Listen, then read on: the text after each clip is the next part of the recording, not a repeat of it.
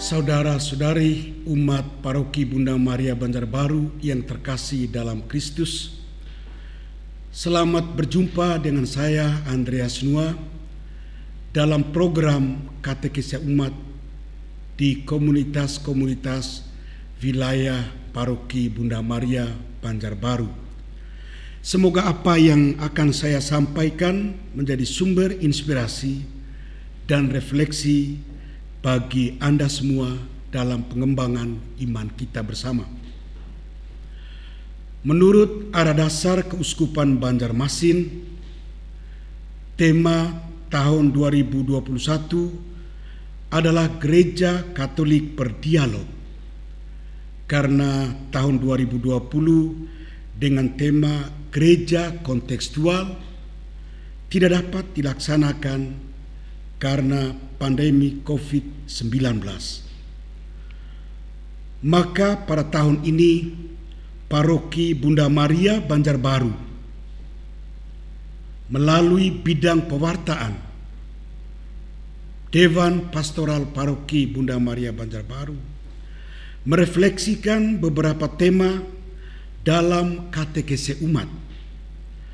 Dan pada kesempatan ini kita akan berbicara tentang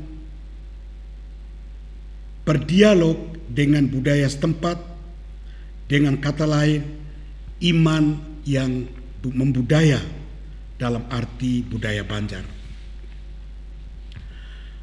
Ada beberapa pemikiran dasar sehubungan dengan tema kita dalam katekesi umat yang sangat singkat melalui media daring ini.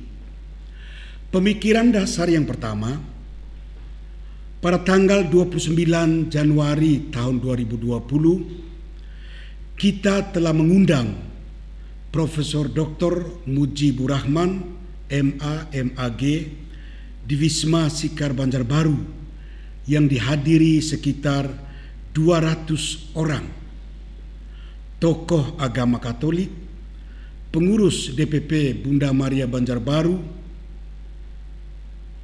sampai dengan ketua wilayah, ketua komunitas. Tema dalam pertemuan tersebut, identitas keislaman orang Banjar dalam perspektif sosioantropologi. Berbicara tentang budaya Banjar sangat erat kaitannya dengan keislaman Banjar. Dari beberapa hal yang disampaikan beliau, dimulai dengan teori asal-usul orang Banjar, statistik, sejarah keislaman di Banjar, organisasi Islam, dan lain-lain, ada dua catatan singkat dari saya untuk direfleksikan. Catatan pertama, apapun identitas etnis, budaya, banyak budaya pasti selalu dinamis dan bisa berubah, sehingga suku Banjar yang kental dengan budayanya dan keislamannya sangat terbuka dengan siapa saja. Catatan kedua, betapapun ada perbedaan budaya Banjar dengan budaya lain, pasti ada nilai universal yang memudahkan kita untuk berdialog. Pemikiran dasar yang kedua, Yesus Kristus tokoh sentral dan ciri khas agama atau iman Kristiani dengan sentral pewartaan melalui kata dan perbuatannya tentang kerajaan Allah sangat menyesuaikan, menghormati dan menghargai budaya Yahudi dalam dialog tentang ajaran dan perbuatan, tentu melalui perumpamaan, cerita, dan melalui mukjizat. Yesus menekankan, "Aku datang bukan untuk melenyapkan hukum Taurat atau budaya, melainkan menyempurnakan." Kita dapat membaca dalam Injil Matius bab 17 ayat 19. Pemikiran dasar yang ketiga, ajaran dan tindakan Yesus Kristus dilanjutkan oleh para rasulnya, seperti yang diajarkan oleh Rasul Paulus dan Rasul Petrus dalam dialog tentang masyarakat atau umat dalam pewartaan tentang kerajaan Allah, seperti yang kita baca dalam surat pertama Rasul Petrus bab 2 ayat 12 dan ajaran gereja dalam dokumen Konsili Vatikan kedua, yaitu Nostra Aetate. Maka gereja mengecam setiap diskriminasi antara orang-orang atau penganiayaan berdasarkan keturunan atau warna kulit, kondisi hidup atau agama, seperti berlawanan dengan semangat Kristus.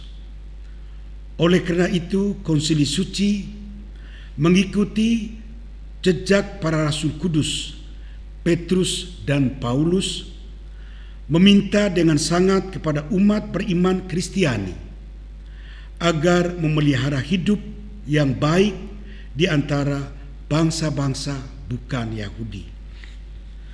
Setelah 3 pemikiran dasar di atas dan beberapa catatan, apa yang harus kita lakukan untuk mewujudkan tema berdialog dengan budaya setempat, budaya Banjar, yang akan dilaksanakan oleh umat Katolik Bunda Maria Banjarbaru di komunitas-komunitas. Selama kita hidup di tengah masyarakat kita di Banjarbaru yang tentu kental dengan budaya Banjar, kita tetap mencintai Banua kita dengan menghormati, menghargai budaya Banjar dengan simbol-simbolnya seperti lagu Banjar, tarian Banjar, pakaian khas Banjar, sasirang tentunya, kebiasaan-kebiasaan baik yang sudah sering kita lakukan, misalnya dalam dialog di warung, di sungai, ketika kita memancing, sebagai bentuk memancarkan kasih Allah dan sebagainya, dengan tetap mempertahankan identitas iman kita yang bersumber pada tradisi, kitab suci, dan ajaran gereja. Semoga dialog kita menjadi dialog yang positif, membangun persaudaraan yang berkualitas di Banua kita tercinta. Untuk mengakhiri katekese umat dalam media daring ini, saya menyapa saudara-saudara kita yang beragama Islam. Selamat menunaikan ibadah puasa Ramadan 1442 Hijriah. Sampai jumpa pada program katekese yang akan datang. Tuhan memberkati kita.